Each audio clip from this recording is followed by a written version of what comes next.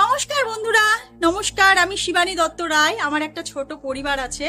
তো যাই হোক, আমি একজন কন্টেন্ট ক্রিয়েটার হিসেবে আমি নিজে সোশ্যাল মিডিয়ায় 23শে জুলাই থেকে যা যা ঘটছে সেটা তুলে ধরার মতো অধিকার কিছুটা হলেও আমার আছে। তো আমি এটাই বলতে চাই যে সোশ্যাল মিডিয়াতে ভাইরাল হয়ে গেছে কে? ককরোচ জনতা পার্টি। কি নাম? ককরোচ জনতা পার্টি।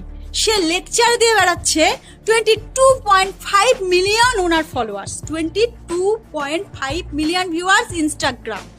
ওকে, আর ও লাগতে এসেছে কার সাথে? কার সাথে লাগতে এসেছে? 100.5 মিলিয়ন যার ফলোয়ার্স, তার থেকেও বেশি ফলোয়ার্স। ওকে, সে কে? আর কেউ না, আমাদের ভারতের প্রধানমন্ত্রী। তাকে আমি স্যালুট জানাই, স্যালুট জানাই। ওকে, এই ককরোচ জনতা পার্টি শুনে রাখ, আমি তাকে স্যালুট জানাই। আর শোন, তোরা যাদেরকে নিয়ে রাস্তায় নেমেছিস না, তোরা যাদেরকে বলছিস সেটা নিট পরীক্ষার্থী, তাদের একটাও নিট পরীক্ষার্থী না।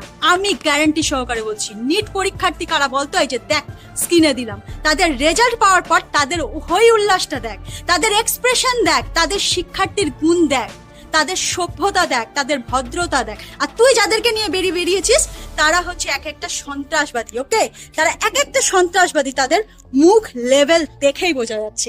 তো ভাই, এইভাবে ভাই ফলোয়ার্স কেনা যায় না, আর এইভাবে হুমকি দেওয়াও যায় না। আবার বলছিস মেয়েদের গায়ে লাঠি চার্জ পুলিশ, তো কি করবে রে ভাই? তোদেরকে পূজা করবে? তোদেরকে পূজা করবে নাকি বল? তোরা যে সন্ত্রাসবাদীর মতো কাজ করছিস, তোদেরকে পূজা করবে?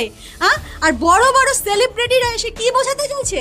কি বোঝা দেবে? তোদের পাশে আজ আছে সেলিব্রিটিরা, 2 দিন পরে সেলিব্রিটিরাও কেটে যাবে। মরবি তো তোরা রে, মরবি তো তোরা। আজ সেলিব্রিটিরা যার দিকে আঙ্গুল তুলছে, পিএম এর দিকে আঙ্গুল তুলছে না?